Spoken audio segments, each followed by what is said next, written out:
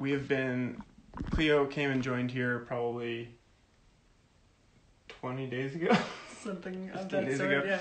And we're the exactly the problem, which is the New York people who flee New York to Massachusetts, and Cleo has New York plates, so we've been hiding her plates in the driveway so no one can see and egg our house. A few days ago, we had to take a drive, and we were out in the world, and we saw someone else with New York plates, and they'd put a sign on the back of their car that said, like, we arrived 18 days ago, we've been self-quarantining, like, please understand we're doing our best, and it was oh my god, pretty it's real. so outrageous. Yeah. I know. Okay, Fiona joined. See if she can figure out. Oh, Fiona.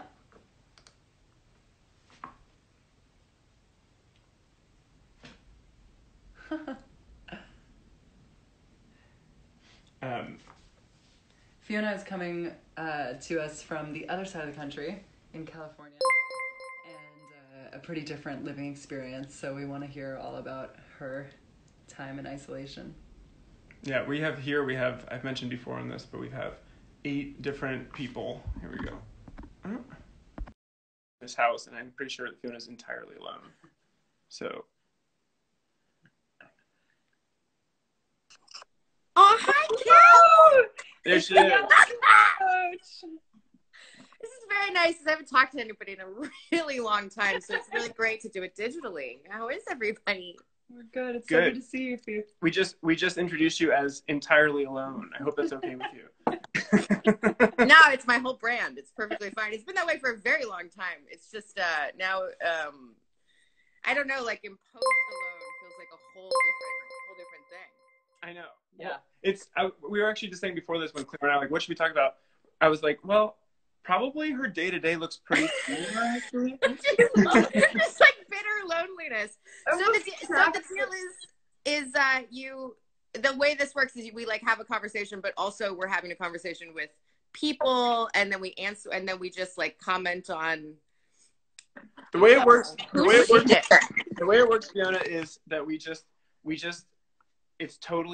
you just pretend that no one's watching you. It's just like acting, actually. You just, yeah. And I would know. Attention on the other person. Just find my fucking light and just continue. Exactly. Fine. So we don't. It's not interactive. We're not like talking to the people. It can be whatever version of that we want. Like if people shout out questions, like Yeah. How was your guys' week? What the hell are you doing? Medium good or medium good over here? Medium good. I made matzah. That was awesome. Oh, for Passover. Yeah. I've never attempted to do such ambitious cooking before, but this house is a different level from the house that we were used to, to be honest. So yeah.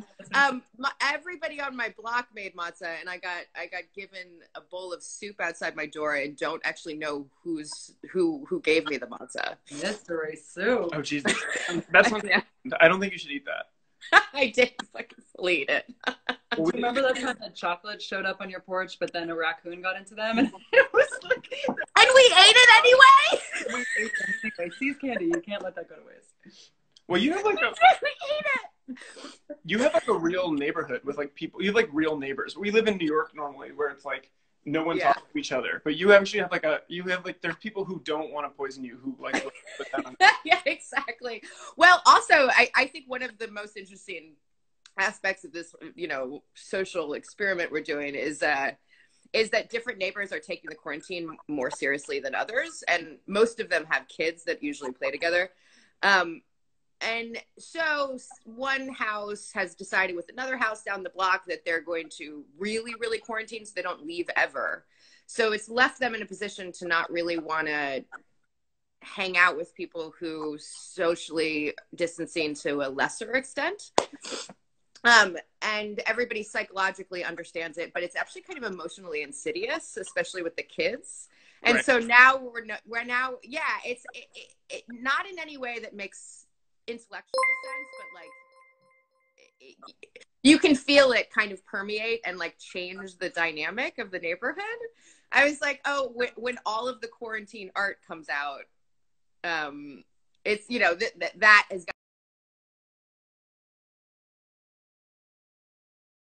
lot of like cleaning in my nightmares. You're like, Like I was like at a theme park and I was so excited, but then all I did was scream.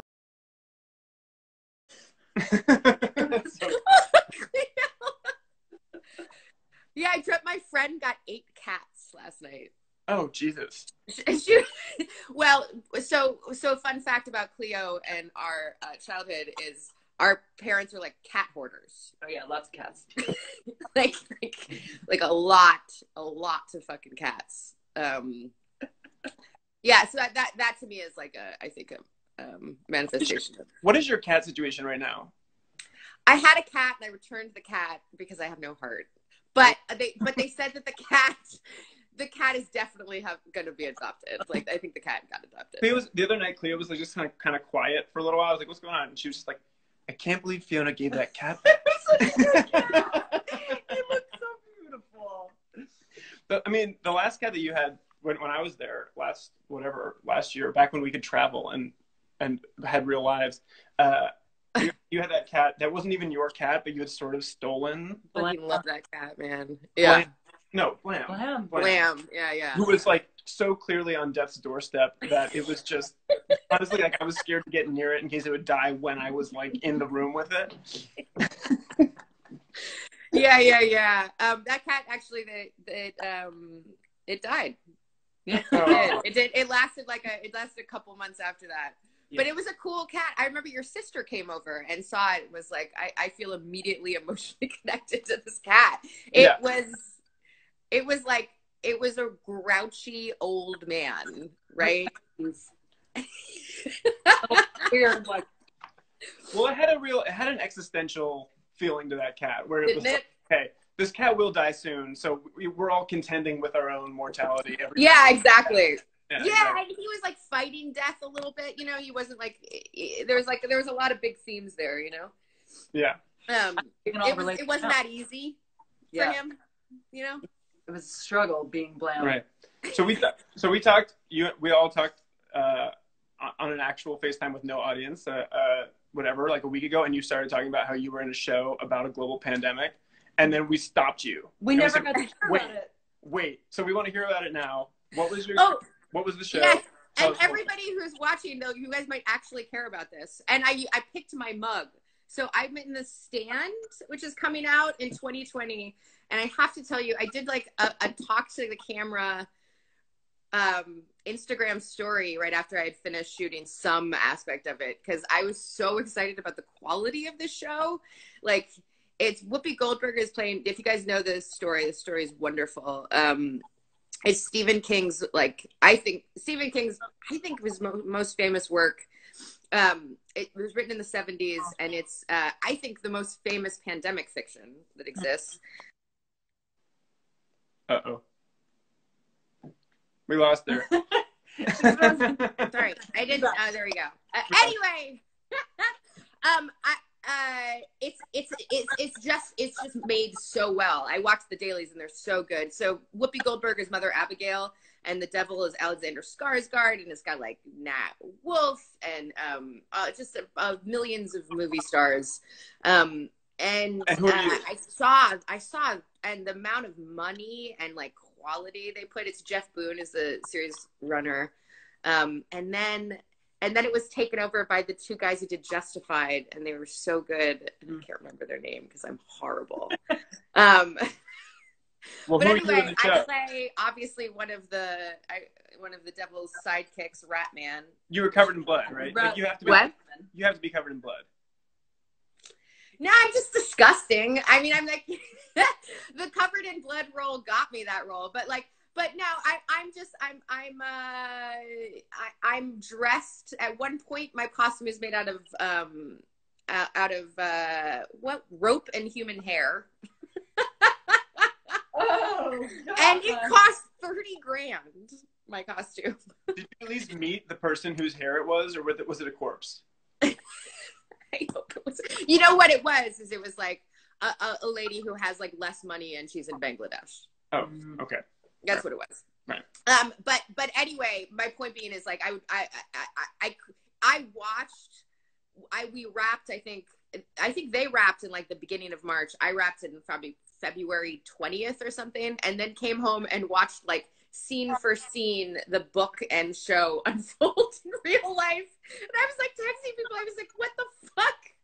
And it's basically 98% of the population is killed, and then what happens after. And the show's going to be really good, and I think everybody's going to watch it. It's going to be really fun. Where can we watch it when it's out? CBS, CBS All Access, which is their app, but like who knows what they're going to do with it. I don't know. We'll all wear our hairiest outfits in support. Oh, thanks. Hairiest, oh, very seriously. Wait, so Do actually, you guys have hairy outfits? Yeah, oh yeah. Just get your cats and put your cats all over yourself. What? Let's pivot from The Stand. Anyway, watch The Stand. I'll be sure to post about it. I have a bunch of insane pictures that I really want to post of me like in a fucked up nurse's outfit, and I was like, but I just didn't do it. what's the element of this whole thing that was the least or the most unexpected versus like the show? Like, if a lot of it was similar to how the show played out, what was different about actually how this pandemic has played out? I mean, what I think the most unexpected thing is the similarities. Is Stephen King needs to do an interview. Like, it is so it's sort of hard to get beyond that, right? It was just like, you know, he had described this this press conference that basically happened where like Trump looked kind of sick, you know. I remember that. he was like kind of coughing. Yeah. What? Yeah, and it's right before Trump died, you know, they just like everybody dies. But in the book, you know, from incubation to death, it's flu-like symptoms and you're dead within about 2 weeks. Oh my God, it's the same. Yeah, so exactly, seriously. Sorry, I just want to stop this very serious and important thing to point out that many people have asked you to sing so far, which is, I think, probably the first time that that's ever happened. I mean, are people asking me to sing? Really? A little ditty for us? Sing. How many, You're how on many the people couch. are on this thing? This is the spot of your listening 47. to Frightened Rabbit. So you could give us a little. Yeah. Yeah. We should, Well, I know. Should we send a note? I can say I can tell everyone who's watching right now that I have heard Fiona sing many times, and that may not be exactly what you want right now. Fiona has a lot of talents, you know. Fiona has a lot of talents, but singing might not be one of them. Dancing, I think she can do. Right. I think we're all actually pretty terrific dancers. I'm not. That's not true. You have a lot of Not enthusiasm. true. We did do the headphone dance party that one time. So Ellis, you can totally get down. Yeah. well, thank you. I appreciate that. Cleo. When we were out there, so Cleo and I were staying with you last year. So you had your existential almost dead cat. Also, you were on the Frightened Rabbit kick where you were just listening to Frightened Rabbit all the time. That lasted until. Is it still happening? I feel like you can't call it a kick if it's still happening. No, but I'd say it ended like a month ago. Got it. Mm-hmm. So it was like a full fucking year. Wow. That's a lot of Frightened Rabbit. Dark. I haven't talked to my therapist about it. What are you listening to now? A lot of classical. What's that? A lot of classical. So my friend Ellis came to stay with me, and he looked at my classical collection on Spotify, and it was like Mozart, and so he looked me up. Like Mozart.com, like question mark. And so now I have access to this like really beautiful music. So I've been listening to that, and then what else? I haven't had much opportunity to listen to music, which is I wonder what's happening with across the board, right? Streaming's been down. Yeah, streaming for music is down like 10%. I think for film it's probably different, but I feel like it's the commutes, right? Because you're not stuck in your car all day. But if anyone's stuck at home and they want some good tunes, this guy. Well, oh yes. That's okay. You answered incorrectly, Fiona. That's fine. Don't worry. Yeah. Let me serve it up. Yeah. No, totally. I've also had that album for a year. Yeah, I know. Yeah, I love that album. You had like the demo version album. Actually, you're sort of a dangerous person to involve in the process because I send you the demos when they're like halfway done, and then you like them, and then you get attached to the demos. And then when I send you the actual thing, you're like, I like Does the that demo. happen to everybody? Yeah, I get really hooked on the early stuff too, because it's also like often more raw and sort of like grungy, and then Grunge, because it's sometimes like him singing in his Oh, voice. God. Those are the funniest ones. May you all never hear that, please. Can you sing, Ellis? No, the answer is basically no. It's also, I think that I'm not that interested in the concept of singing. I like controlling the thing, but from like the side, you know? So I don't think I would do well as an actor either. He did just do a tape with me though. He's gotten a lot better at reading lines in these audition scenarios and trying to, listen. You have to train them. Yeah. You have to train them. So Cleo was doing she's auditioning for like an NCIS type thing that it's like, it's weird because no one can cast anything right now, or nothing's happening. So Cleo keeps getting these auditions that are like for casting directors, but it's like one thing, it's just like, just do this because we need to watch something because we're casting like, there is no job, but you want to have some. Wait, are you getting them through? So fun fact, Cleo and I have the same agency. And it's been like crickets. In fact, me and my agent are good friends, so he sends me all of those gifs of the naked guy. I hear my agent many times a day. I have like 3 sending people in my naked life who send me that same gift. So yeah. But I thought it was closed. So you're still getting. Yeah, but you're not doing these auditions. These are like literally, do you want to audition for a thing just for fun because you're bored? Like, they're not bothering you. I would be like, oh my God, yes. Right. I'll send them. We'll what happens on this end is Cleo gets one of these auditions. She gets like really in the headspace to do the acting, but hasn't yet set up the camera or anything. And then she's like, okay, we need to start. But then we have to set up the thing. And Cleo's like, I can't be bothered with that right now. We just have to go. And then it's like me or. And then yeah. So maybe that's. Go ahead. Yeah. Have you been training him to not try to say the lines how they should sound, how he thinks they should sound, or is that okay? It's we've gotten a lot better at that because at first the tendency is like it's yell, so you must yell now. It's like, whisper, don't do anything. Like now I'm supposed to slam a door. I'm an under actor. It's fine. I understand. Yeah. But yeah, it's definitely it's a mumbly kind of role for me, which I feel a little bit like Alan in that way. Like I'm just like kind of talking. Oh yeah, and then you're mysterious and forever interesting anyway, which is garbage, but true. So maybe this is a good segue to one thing I did want to ask though, is that you guys so I come from a family of visual artists. Everyone else in my family are visual artists, but I went a different way and did the music thing, which is great because no one in my family knows much about it, and so it just is like it feels like I got a free pass basically. Yeah. You guys did not do that. You come from, so your dad and stepdad are is an actor, Brad Dourif, and you're an actor, and like so the question is, in this situation, is that a boon, or is that actually is that something that is kind of a weight that you have to carry, or both? Also, Cleo, your mom is a writer, a really, really talented writer, and you're also a writer, and like I always wonder how that goes. Right, Cleo's like a product of like multiple like lines. Yeah, it's a funnel. Full on eyebrows. That's your lineage. Yeah, I always wondered how that is for you. Like, do you send? Also, her taste is so specific. Do you send? I do now, but it's hard. It was really hard to figure out how to trust my own instincts. I think because I know that I so trust the instincts of those around me, but that's not enough to, get you through. Eventually, you're going to have to know how to do shit yourself. So I think it's been a real journey to like choose when to share things and how many notes to be open to and how to ask for feedback and, make sure that you're honing your own sense of like craft as well, and not just relying on those around you to tell you what they think's good. Yeah, totally. Or a big thing for me was like learning how to disagree, which is still really hard. It's still really hard to be like, no, actually, I think that I think you guys made this decision because of like, you know, reasons that are kind of larger, and you know, and yeah, yeah, which is hard.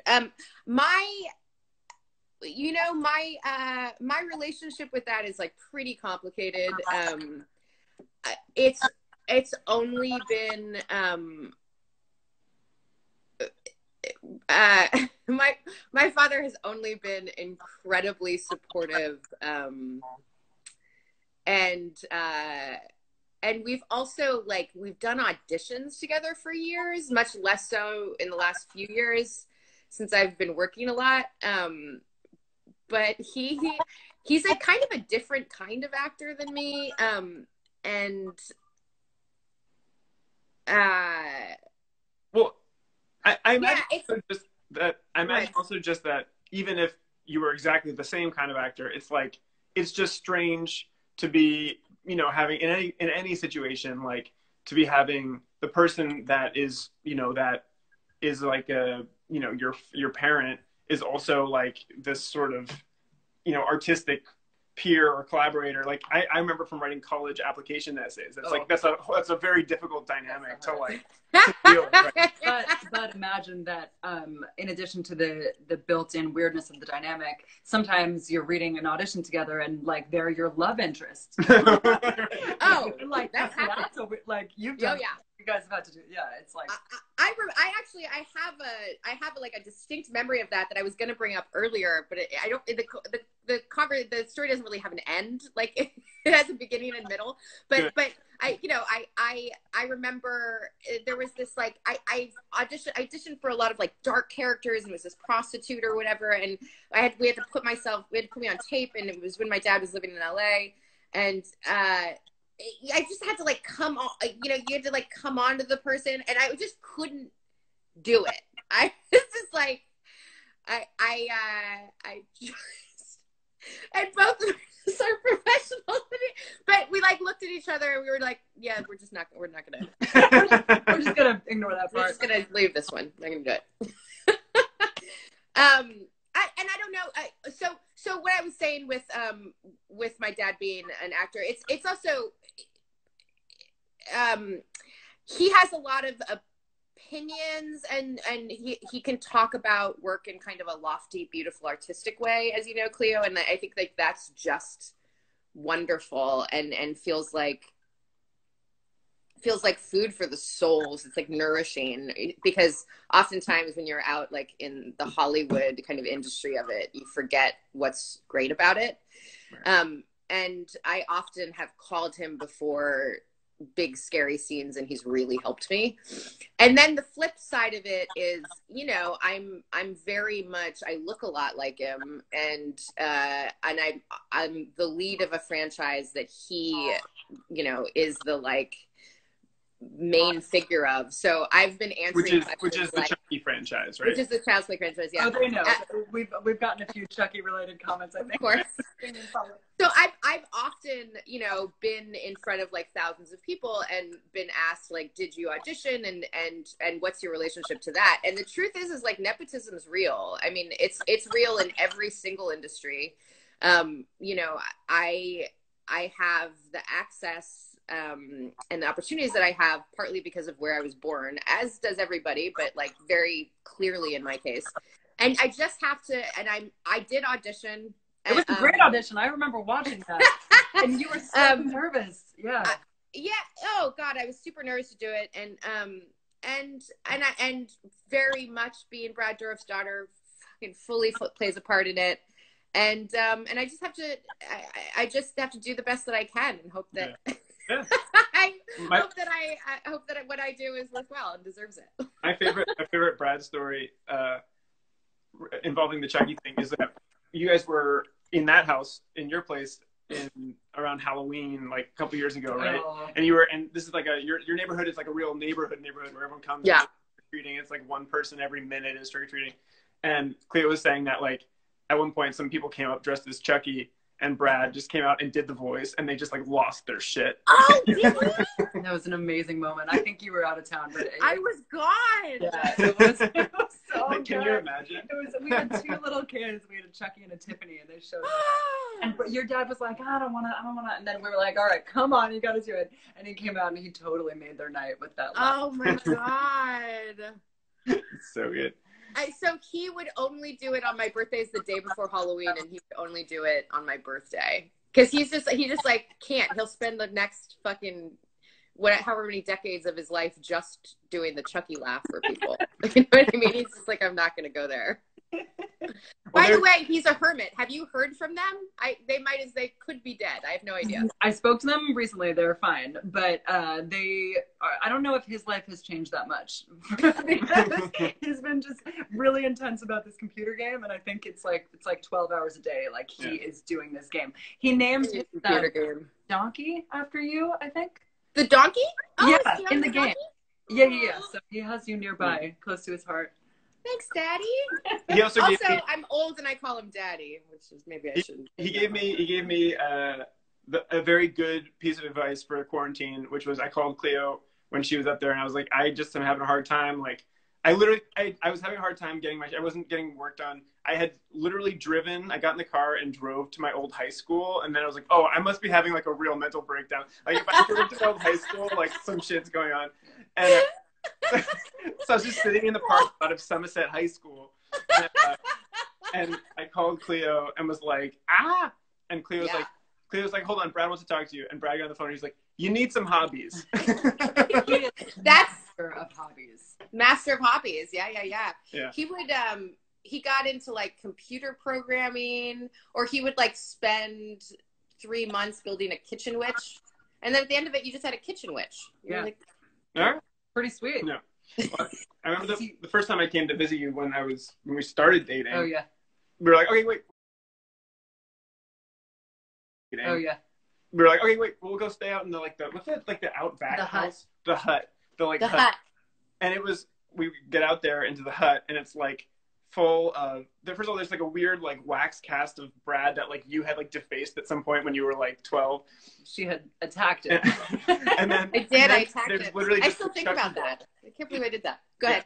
And then there's just the Chucky doll like above the like bedroom. You know what?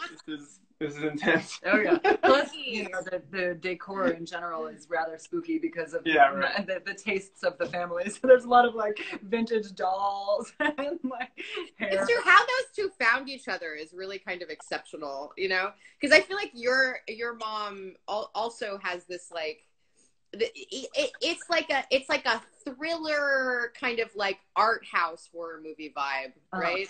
And so when you entwine both of them, I don't really know what my dad's is. I wouldn't say it's like, it's probably just horror movie, you know, whatever.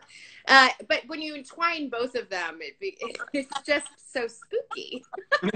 I mean, you have some pretty spooky outfits over there too. I remember being I'm a product of it. A while ago, and your neighbor needing us to dress up as like Victorian ghosts, and you were like, no problem. Well, yeah, exactly. Pulled out all these outfits. It's like fucking Wuthering Heights over there. It's like because there was the Renaissance Fair, and you're like, it was just you and me at the time staying there, and you're like, we're going to the Renaissance Fair. And first of all, it was not a problem for you to find any of like 10 dresses that were all that. Undoubtedly, the first, second, and third wearers of that dress are like long dead. Oh yeah. And then you're like, here, wear this weird necklace, and then we went to the. Yeah, I actually have incredible pictures of you that I like. I often want to do something with, but I think they walk the line too much. Where it's like Ellis with like a black shirt, but like a like anchor or something. It's like a gold anchor. Yeah. It's amazing. With like food on your face. I've long said this, but it's amazing how much difference a single necklace on a guy will do. Suddenly, like, oh wow, it's that guy. Okay, he's got a necklace on. Oh my god, yeah. You know how many dates I've been on where I was like, I like him, but he was wearing a bracelet. You just like can't. How is the dating in the time of pandemic? It's great, right? No, you don't have to see it. FaceTime dating? It's basically no dating. What you do as a single person is you like clomb on to whoever you were vaguely dating before. You're like, we're infected now. We're like, it turns out. No, so I have a sort of thing going with a wonderful man, but we're mostly friends. Right. Yeah. Gotcha. But now you're the only people who exist in the world, so you gotta just latch on. Well, what's annoying about him is he has a kid, so he's being really careful about, he's not seeing anybody. And I can't really be like, dude, fucking relax. So I'm being kind. Wait, I have one more question that's actually about like real work stuff, which I've always been interested in for Please. which is, okay, so I was just before this, I was on a phone call with a writer who is just sits and writes. So it's no different now versus 3 months ago. They just sit and write, and that's it. You have control of everything. For me, we're gonna have to postpone this tour that's supposed to come up in May and June, which sucks, but like, whatever, it's fine. Like I can kind of and part of that is this feeling of like control over your whole process, right? So like for me as a songwriter, I can like sit down on my little keyboard, like boop boop beep boop, come up with a song, have people record it, whatever, and I have a certain control over that whole thing. As an actor, you don't have control over the process from the very beginning, from the casting process. Even you can walk in the door and it's like, oh, she's got the wrong hair or whatever. So how is it? I mean, that's actually, that jumps a little bit more than that. That's not quite. I mean, you're not quite the babe in the woods, totally, right? Like at some point you have a little bit more control. So it doesn't continue. Well, so I guess that was my question, was about that, right? So it's about control of your thing. So like you're either way, you're a cog in a machine, right? Like you're one of a bunch of people who are in this show. Like, so how do you find a way to exert control over your parts and like make it feel like it's something that's coming from you, and that you're expressing yourself in a certain way while also being a team player? Yeah. Do you have an answer to that, Clee? What do you think? I don't know. I mean, I think in general, my response to that is trying to make a lot of my own stuff, because as an actor, I feel quite powerless. And as a writer, I can at least like sit there and be like, I'm going to do a thing today. And it's going to be, I'm going to feel productive by the end of the day. But from an acting standpoint, I guess like all we have at our disposal really are our own experiences and our own takes on things and our own perspective. So I've been trying to like really lean into understanding that like my version of this person has to be deeply imprinted by me, or else like anyone could do it. So finding control in the personalization, or just writing it yourself. It's funny, I thought this was going to be a question about like how do you stay feeling productive as an actor like during quarantine, but it's actually about something that's more interesting, though. I think those two are pretty related. I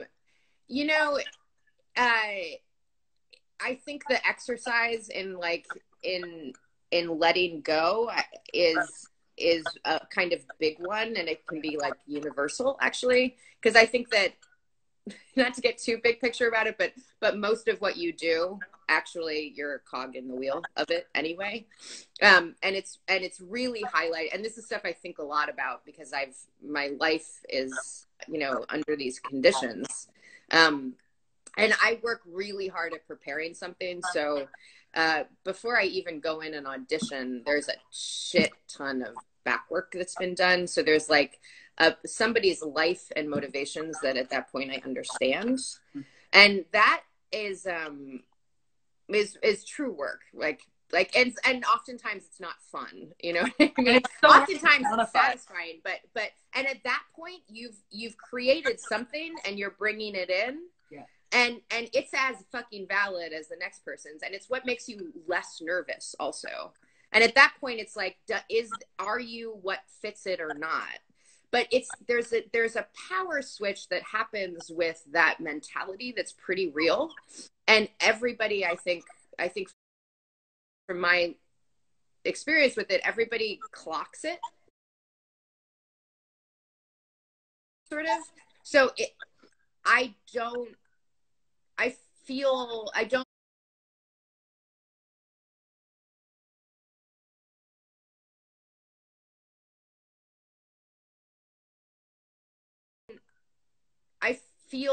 don't feel powerless.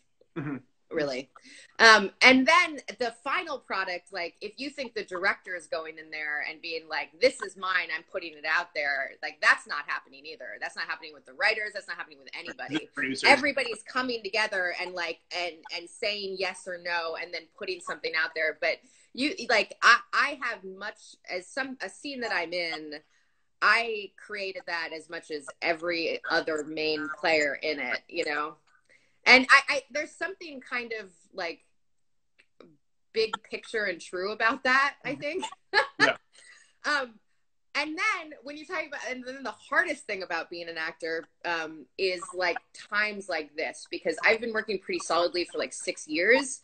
But even when I'm working, I'll be like in a hotel in New Orleans for like 9 weeks, but I'll work once every 10 days. Right.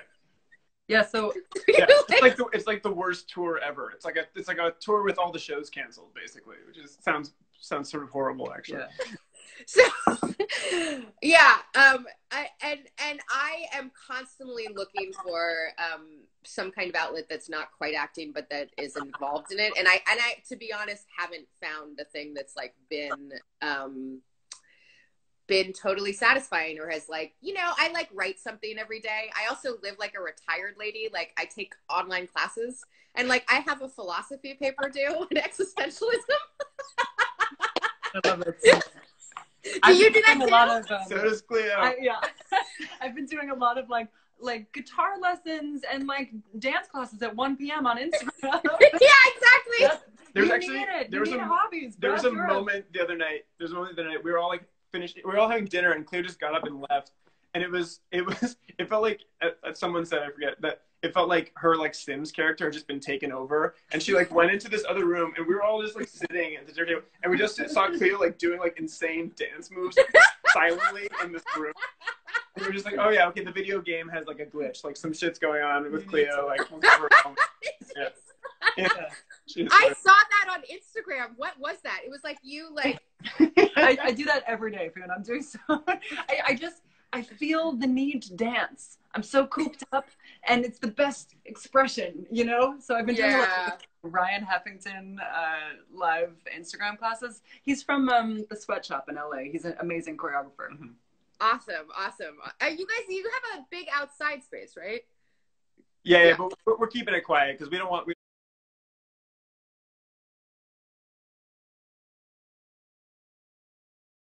everyone to hate us.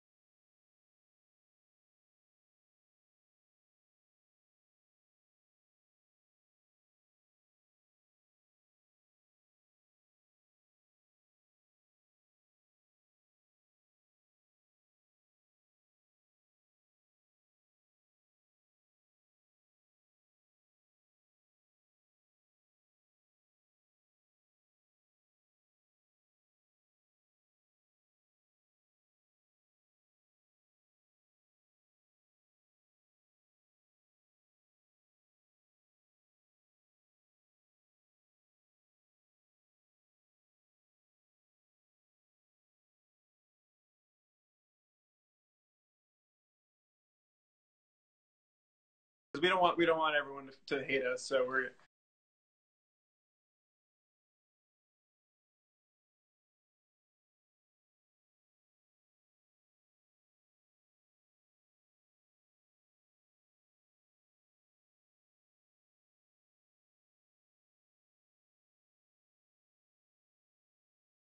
we don't want everyone to hate us, so we're.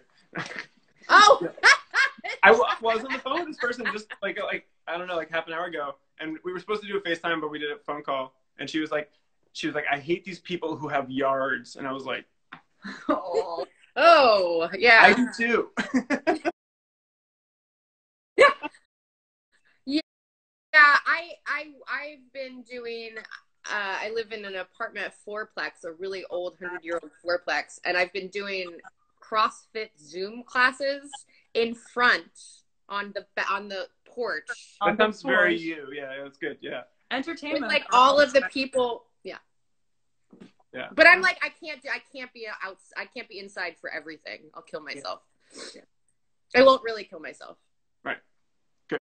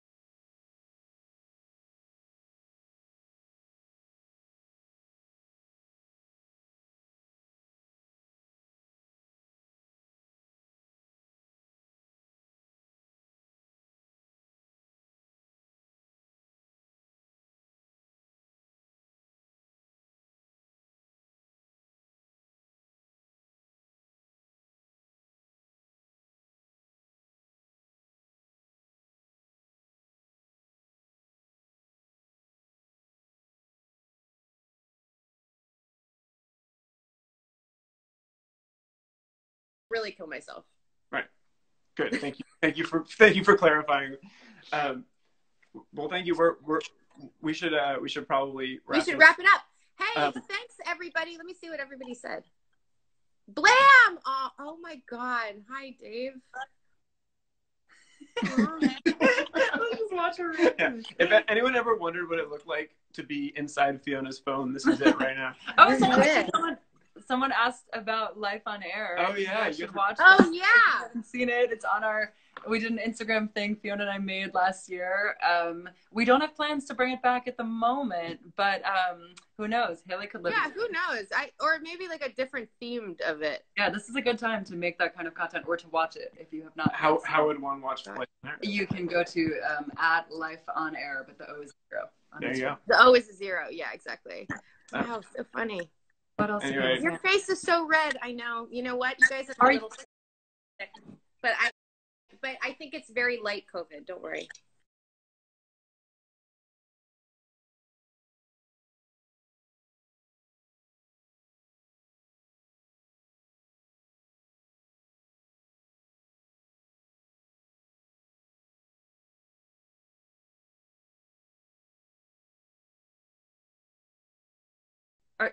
That's a bomb to drop at the end of this conversation, Fiona. Jesus. Are you feeling okay?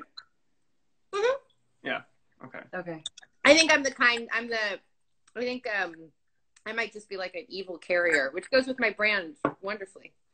Evil carrier. Asymptomatic. Yeah. You should put that on your Riot page, actually. Evil carrier. Mortal Sin. Forever. Okay. On that note, thank you so much, Fiona. We love you. What are you gonna do? What's one fun thing you're gonna do today to entertain yourself? Oh, I'm watching Satan Tango by Bellatar, 7-hour movie. Oh, you know what I forgot to say? Well, no, I'll say it next time. Bye, guys. I love you. What the hell? We're just gonna be wondering all night. All right. Love you. Bye. For everyone who's still on, we're